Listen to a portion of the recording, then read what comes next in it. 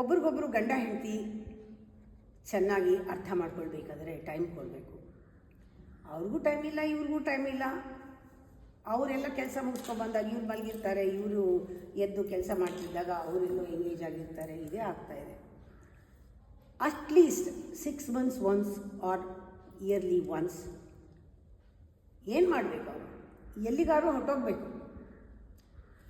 ಫೋನನ್ನು ಲಾಕ್ ಮಾಡಿ ಹೋಗಬೇಕು. ಹೋಟೆಲ್ಗೆ ಹೋದರೆ ಹೋಟೆಲ್ನಲ್ಲೇ ಫೋನ್ ಇಲ್ಲ ಬಿಟ್ಬಿಡ್ಬೇಕು. ಡೆಲಿಬರೇಟಾಗಿ ಮಾಡಬೇಕಿದೆ. ಫೋನ್ ಎತ್ಕೊಳ್ಳಲ್ಲ ಅಂತ ವ್ರತ. ಮೊದಲನೇ ದಿನ they have A great time. Phone ಇಲ್ಲ, ಏನು ಫ್ರೀಡಮ್, ಗ್ರೇಟ್, ಚೆನ್ನಾಗಿರ್ತಾರೆ ಇಬ್ಬರು. ಎರಡನೇ ದಿವಸ ಆವಾಗಲೇ ತಡಪಡಿಕೆ ಶುರುವಾಯಿತು, ಸ್ಟ್ರೆಸ್ ಆಗೋಕ್ಕೆ ಶುರು ಆಗುತ್ತೆ. This is good withdrawal symptom. ಎರಡನೇ ದಿವಸ ಫೋನ್ ಇಲ್ಲ, ಏನೋ ಕಳ್ಕೊಂಡಂಗೆ ಆಗ್ತಾ ಇರುತ್ತೆ, ಏನೋ ವಿಚಿತ್ರವಾಗಿ ಆಗ್ತಾ ಇರುತ್ತೆ, ಆದರೂ ಮುಟ್ಟಬಾರ್ದು ಫೋನು. ಮೂರನೇ ದಿವಸ ಬಹಳ ಕಷ್ಟ ಆಗುತ್ತೆ.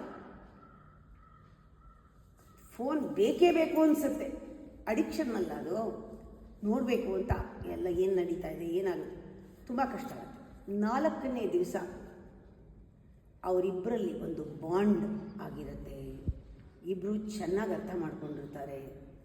ಎಷ್ಟು ವ್ಯಾಲ್ಯೂ ಇದೆ ಇದಕ್ಕೆ ಅಂದರೆ ಆಮೇಲೆ ಅವ್ರಿಗೆ ಅರ್ಥ ಆಗುತ್ತೆ, ಫೋನ್ ಇರೋದ್ರಿಂದನೇ ಇದೆಲ್ಲ ತಾಪತ್ರೆ ಇತ್ತು.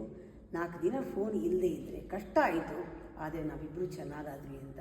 ಈ ಥರ ಎಲ್ಲರಿಗೂ ಆಗಬೇಕಲ್ವಾ?